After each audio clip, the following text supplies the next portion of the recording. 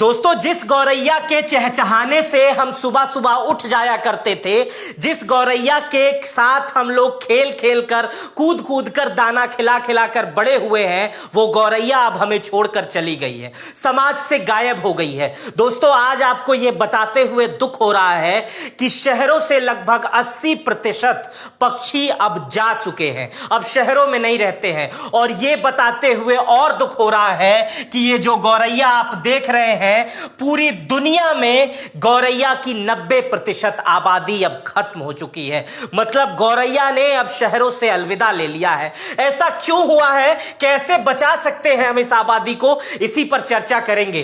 गौरैया आपके हाथों पे बैठ जाया करती थी, याद होगा, घरों में घोंसला बना ले लेती थी। जब छोटे बच्चे चिड़िया को देखते थे तो पकड़ने दौड़ जाया करते थे। उस समय को याद करिएगा। पशु प्रेमी इसको पक्षी प्रेमी से बहुत प्यार से अपने करीब रखते थे।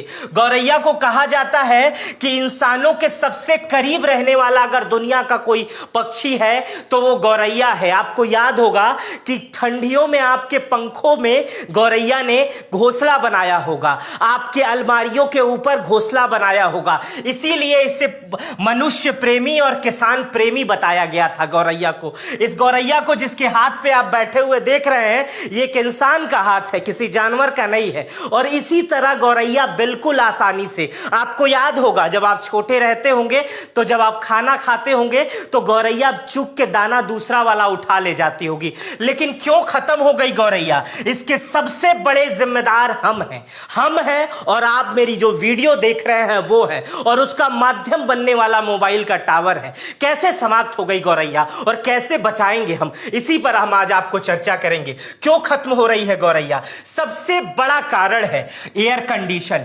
एयर कंडीशन की वजह से दोस्तों हम लोगों ने अपने घरों को बंद कर लिया ताकि हवा ठंडी रहे। लेकिन जब गौरैया इंसान प्रेमी है, मनुष्य प्रेमी है, तो उसको घर के अंदर ही घोंसला बनाना था। अब वो जहां एसी गर्म हवा फेंक रही है वहां तो घोंसला बनाएगी नहीं, और उसी गर्मी में अगर वो घोंसला बना देगी तो उसकी आगे की पीढ़ी उगेगी ही नहीं, बच्चे मर जाएंगे। और इतनी गर्मी गौरैया सह नहीं सकती है क्योंकि उसका वातावरण बिल्कुल इंसानों की तरह था। वो घर में ही घोंसला बनाती थी, कहीं बाहर नहीं बनाती थी, और दूसरे पशु पक्षी आ नहीं पाते थे घर में, इसलिए उनके बच्चे भी सुरक्षित हो जाते थे। दूसरा कारण बता रहे हैं, दूसरा कारण, सबसे बड़ा जो कारण है वो साइलेंट किलर, ये मोबाइल टावर है। इस मोबाइल के टावर से जो रेडिएशन निकलती है वो हमारे और आपके दिमाग को तो खराब करती ही करती है, साथ में छोटी मस्तिष्क वाली गौरैया के मस्तिष्क को बिल्कुल खत्म कर देती है, उनको विलुप्त कर देती है, सुषुप्ता अवस्था में भेज देती है। समझिए कि एक मोबाइल टावर न जाने कितने पक्षियों को खत्म कर देता है, उनके दिमाग को, उनके बुद्धि को, उनके उड़ने की क्षमता को, उनकी सोचने समझने की क्षमता को खत्म कर देता है। तीसरा जो सबसे बड़ा कारण है वो दोस्तों, वो है अनाज में पेस्टिसाइड, अनाज में केमिकल, अनाज में यूरिया। अब मैं आपको दोस्तों एक उदाहरण बता रहा हूं। थोड़ा सा यूरिया लीजिएगा या थोड़ा सा पेस्टिसाइड लीजिएगा और थोड़े कहीं कीड़े या चींटी हो उस पे मार दीजिएगा, तुरंत मर जाएंगे। अब समझने की कोशिश करिएगा, जिस अनाज को हम खाते हैं उसी पे वो पेस्टिसाइड मारा जाता है। जहर तो हम भी खा रहे हैं, स्लो पॉइजन इसी के लिए कहा जाता है, जहर तो हम भी खा रहे हैं। यूरिया का थोड़ा प्रयोग करिएगा, यूरिया लीजिएगा और उसे जमीन पर डाल दीजिएगा, वो एरिया का कलर बदल जाएगा। अब सोचिए, वो कलर बदलने वाले यूरिया आप मिट्टी में डालते हैं, और मिट्टी में कौन रहता था? केचुआ, जो हमारे भूमि को उर्वरक शक्ति बढ़ाता था। केचुआ तो जमीन से खत्म हो गए। जो उसमें छोटे छोटे कीड़े थे जिसमें भारी मात्रा में प्रोटीन था, वही जब गौरैया के बच्चे बड़े होते थे और उन्हें बहुत खाने की जरूरत होती थी तो वही गौरैया को अपने बच्चे को ले जाके वही खाना खिलाती थी, और वही गौरैया भी खाती थी। वो अनाज भी वही खाती थी जो अनाज चुक जाया करता था। हम कितने प्रोफेशनल हो गए हैं, उसका सबसे बड़ा उदाहरण है पैकेट में मिलने वाला गेहूं और पैकेट में मिलने वाला चावल। पहले दोस्तों याद करिएगा, खेत से गेहूं कट के आता था, द्वार के सामने रखा जाता था, उसमें से अनाज के दाने गिरते थे। फिर वो घर जाते समय भी कुछ अनाज के दाने गिरते थे। प्रकृति प्रकृति ने नियम बनाया था कि वो दाने गिरेंगे वही चिड़िया खाएगी और उससे हमारा वातावरण चलेगा, लेकिन हमने उस नियमों को बंद कर दिया। अब कंपाइन से गेहूं काटता है, वहीं बोरे में पैक हो जाता है और वहीं से बाय बाय टाटा। हम शहरों में रहने लग गए हैं, इसलिए हम आटा भी पैकेट वाला खाने लग गए हैं, दाल भी पैकेट वाला खाने लग गए हैं।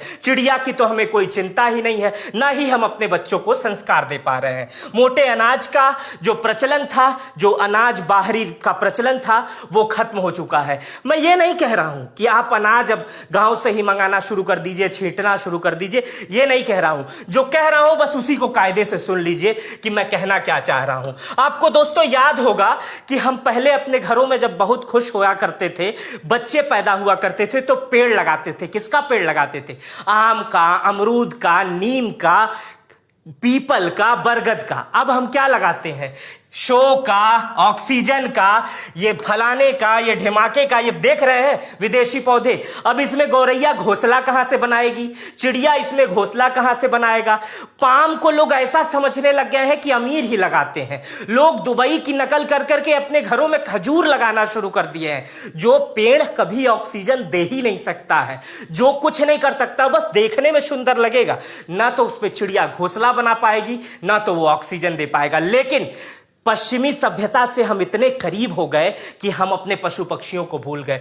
अपने घर में एक आध आम अमरूद का पेड़ लगा लेते तो दो चार चिड़िया घोंसला जरूर बना लेती, लेकिन हम खजूर का पेड़ लगाएंगे, हम पाम का पेड़ लगाएंगे, क्योंकि फलाने अमीर के यहाँ वहां पर पाम के घर, उनके घर गए थे तो पाम का पेड़ लगा था। वो भी लगाइए, लेकिन एक आध आम अमरूद भी लगा लिया करिए। अच्छा, अब आपको इसका जो परिणाम है गौरैया का, भारत को भुगतना पड़ेगा, क्योंकि भारत का प्रतिद्वंदी देश चीन को इसका परिणाम भुगतना पड़ा। चीन में अनाज की किल्लत हो गई, चीन ने बुरी दशा देखी, चीन को अनाज बाहर से मंगवाना पड़ा। उसका सीधा कारण थी गौरैया। अब मैं इसका कारण बताता हूं।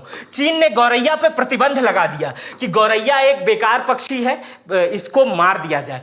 उस पे इनाम भी घोषित कर दिया गया। लगातार गौरैया के लिए जहर डाला जाने लगा, गौरैया मारे जाने लगी, और जिसका परिणाम हुआ कि गौरैया गायब जैसे ही होने लगी, वैसे ही कीड़ों की संख्या, हवा वाले कीड़ों की संख्या, आपको याद होगा वो टिड्डे जो पाकिस्तान से उड़ते हुए चले आते हैं, फसल गायब कर देते हैं, उसका सबसे बड़ा कारण थी गौरैया। गौरैया जब छोटी रहती है तभी वो टिड्डों को खा जाती है, जो छोटे टिड्डे रहते तभी खा जाती है, लेकिन वो भारी संख्या में पड़ने लगे, पाकिस्तान सहित चीन में बढ़ने लगे, और जिससे फसलें खराब होने लगी। इसलिए अब चीन जो क्या कर रहा है, कह रहा है जो मार रहे थे उसको बचाओ, बाहर से भी अगर कहीं गौरैया हो तो हम खरीदने के लिए तैयार हैं। मतलब वो अपने वहां गौरैया की व्यवस्था कर रहा है, पहले मारा फिर व्यवस्था किया। तो हमारे देश में तो कुछ अभी बची कुची है, तो हम अगर उसी को संरक्षित कर लेंगे तो व्यवस्था बन जाएगी। अब मैं आपको दोस्तों बताऊंगा कि आप कैसे गौरैया को बचा सकते हैं, कैसे इस सुंदर सुंदर चिड़िया को बचा सकते हैं, कैसे बचा सकते हैं।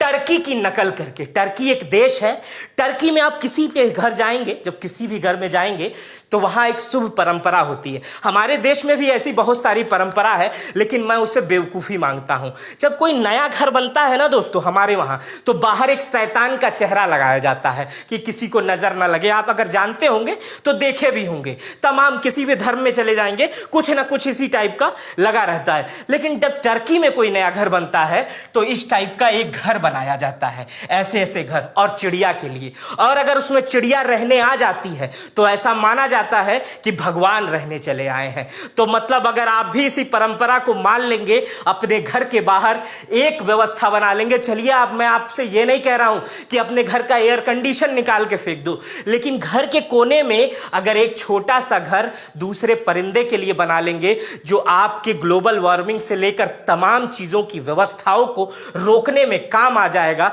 जो आपके पर्यावरण को सुरक्षित रखने में काम आ जाएगा, तो आपका कुछ जाएगा तो नहीं, लेकिन पर्यावरण और गौरैया जरूर बच जाएगी। दूसरा जो है, अपने बच्चों को संस्कार देके। मैंने अपने अभी एक सहयोगी से पूछा कि आपने गौरैया देखी है? उनकी उम्र 18-20 साल है। उन्होंने कहा नहीं, हम देखे ही नहीं है। मुझे बड़ा अजीब लगा, क्योंकि मैं गौरैया के साथ बड़ा हुआ हूं, मैंने बचपन में गौरैया देखी है। तो मुझे लगा कि जब मैंने देखी है, उन्होंने नहीं देखी है, तो शायद शायद वो आधुनिकता में पैदा हुए होंगे। और जो बच्चे अब पैदा हो रहे होंगे वो न तो गौरैया को जानेंगे, न कौवा को जानेंगे, न गिलहरी को जानेंगे, क्योंकि तो वो बस अब किताबों में ही जानेंगे, क्योंकि अब उनके अगल बगल नहीं दिखाई देगी। लेकिन हम लोगों ने देखा है, अगल बगल देखा है। तो इसलिए अपने बच्चों में संस्कार डेवलप कीजिए कि हम इन्हीं के साथ बड़े हुए हैं, और शायद यही सबसे बढ़िया होगा। बच्चों का दिमाग तेज होगा। जब आपके घर में आप बच्चे के सामने कोई पिंजड़ा लगाएंगे या कोई घर बनाएंगे ना, तो बच्चा देखेगा कि कब उसमें जा रही है, कब आ रही है। तो एक तरह से कहते हैं ना, रीजनिंग मजबूत हो जाएगी। उसको पता लगेगा इस समय आती है, इस समय जाती है। हमारे घर के अलावा मेरे घर में एक और घर है जिसमें पक्षी रहते हैं। वो लोगों को जब जाके बताएगा तो एक नए संस्कार का उत्थान होगा, और वो संस्कार हमारे पर्यावरण और गौरैया को बचाएगा। तो आपको चिंता करने की जरूरत है, क्योंकि गौरैया नहीं रहेगी तो हम नहीं रहेंगे, अनाज नहीं रहेगा तो भी हम नहीं रहेंगे। इसलिए गौरैया हमारे लिए बहुत जरूरी है। अगर आप एजेड हैं और आपने गौरैया देखी है तो आज आप मुझसे वादा कीजिएगा कि आज अपने बच्चों को गौरैया के बारे में बताएंगे, और कुछ ना कुछ गौरैया के लिए जरूर करेंगे। कुछ नहीं कीजिएगा तो एक घर बनाइएगा उसके लिए छोटा सा, और बाहर टांग दीजिएगा। मुझे कमेंट में जरूर बताइएगा कि आप ऐसा करेंगे या नहीं करेंगे। मुझे इसके बारे में जानकारी दीजिएगा। फिलहाल ये जानकारी आपको कैसी लगी ये मुझे फिर से बताइएगा। मेरा नाम मित्र प्रकाश है। वीडियो अगर आपने पूरी देखी है तो बहुत बहुत शुक्रिया।